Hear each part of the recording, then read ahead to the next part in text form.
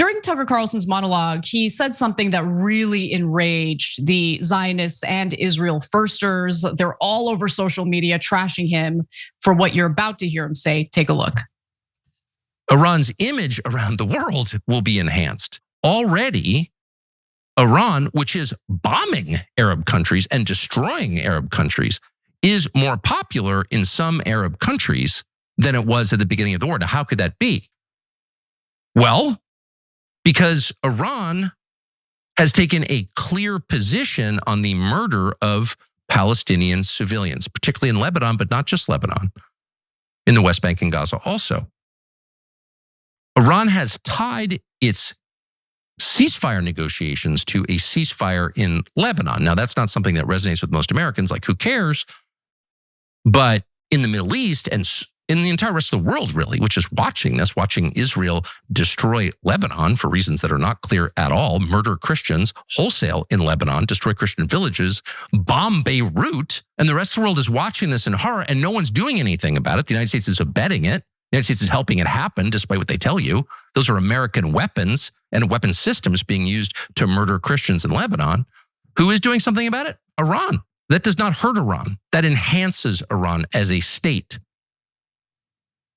So that led to a lot of rage among those who are very supportive of Israel. But as always, they fail to provide any real substantive argument for why Tucker Carlson is wrong in that clip. So I want to bring you on, Dave, because is there anything he said there that was incorrect?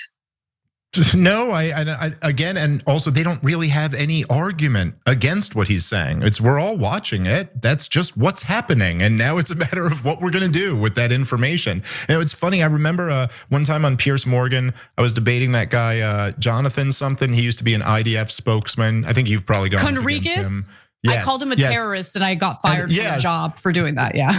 Well, there you go. Well, I called him a terrorist, but I don't have a job to fire me from, so that I got off on that. But I remember at one point, like he said to me when he was there, I said something, and he goes, "Listen, I can respect when you say that, but I don't respect when you say this." And I was like, dude, you're the spokesman for a terrorist organization. Like, I don't care what you, like, you're telling me the parameters of what, why are we not allowed to call this what it is? And I think that Tucker is right to highlight, I know Trita Parsi, who they're going after next now for telling the truth about stuff. By the way, if you haven't, his book, Treacherous Alliance, fantastic, so great, so good. Oh my God. But I think he jumped all over this, and he had a piece on this the other day too. And I think they're both right to really highlight. This is a major watershed moment that Iran attacked Israel over Israel attacking someone else.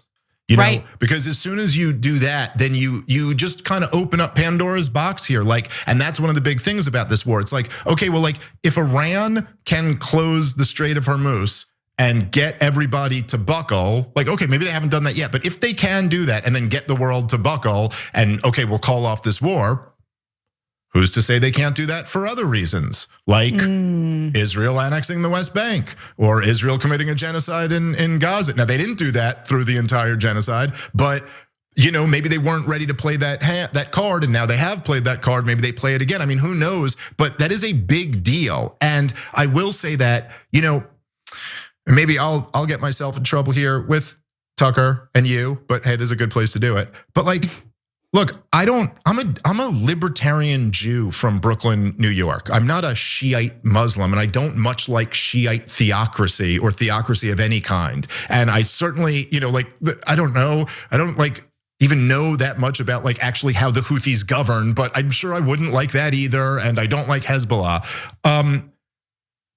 Hezbollah, when Israel and the US launched the war against Iran, this most recent war, Hezbollah started firing rockets into Israel. And the reason they do that is not just because, they want to kill people or something like that, or maybe they're okay doing that, but they're trying to use up the Israel anti-missile missiles, which are the whole game in this war. Is who runs out of missiles first. So they came in to help out their friends, right?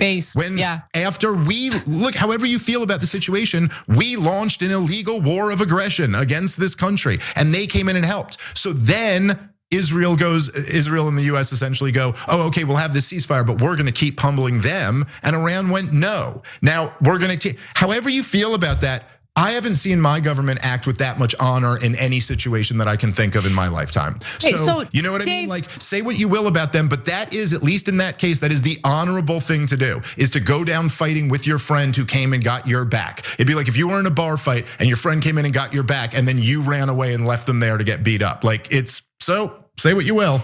Well, look, this is the reason why I think it's super important for people across the political spectrum to just have discourse and have conversations with each other, because you're wrong. I actually do not disagree with anything you just said. In fact, I've gotten a lot of heat because I've been somewhat defensive of Hezbollah. I mean, most people don't even know how Hezbollah formed or why it formed. It formed following Israeli aggression. Israel had on multiple occasions invaded southern Lebanon, attempting to annex that land. And Hezbollah in the 1980s emerged as resistance to Israeli aggression.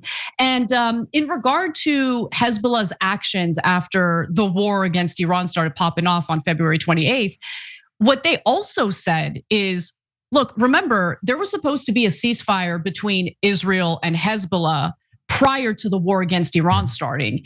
And Israel had violated that ceasefire literally thousands of times. Hezbollah didn't retaliate, they didn't respond until the war against Iran started.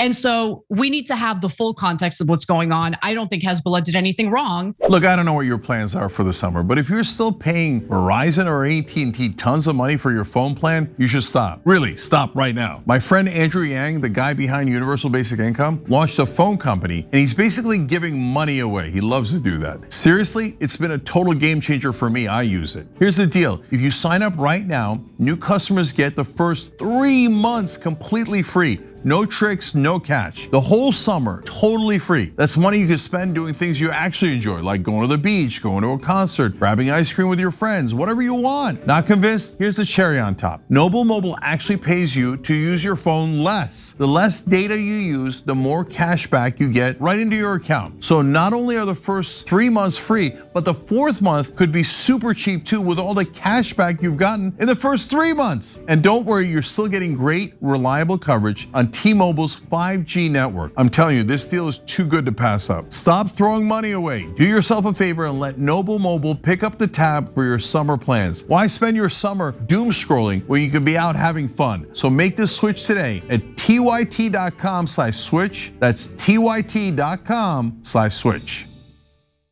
And if you don't want these groups to emerge, for Israel specifically, needs to stop attempting to expand its borders. If you stop expanding your borders, if you stop trying to steal land from your neighbors, you're not going to have this radicalization of certain groups of people. It is what it is. It's just the truth. But going back that's to right. You're right. You're right about all of that. But look, I mean, still the thing is that so Hezbollah ends up being essentially the toughest gang that arose out of the Israeli occupation, and Hamas ends up being the toughest gang in the Israeli prison known as Gaza. And essentially, Anna, right? This is all gangsters.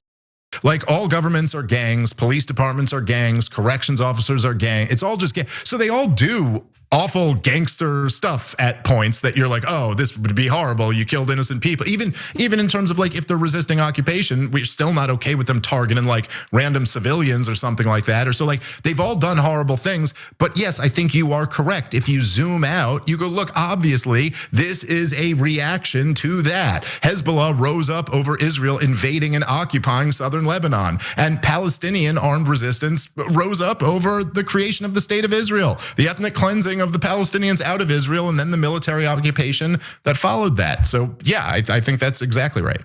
And I'm not going to believe anyone who tries to tell me that Americans wouldn't do the same if we found ourselves in a similar situation. If you had, I don't know, one of our neighbors, it's hard to imagine, but Canada decides to invade Washington state and annex that land. Are we really just gonna let that happen? Of course, there's going to be a response to it. And if we have a weak government with a weak military, you better believe that some sort of resistance group is going to emerge to fight back. Every time you ring the bell below, an angel gets his wings. Totally not true, but it does keep you updated on our live shows.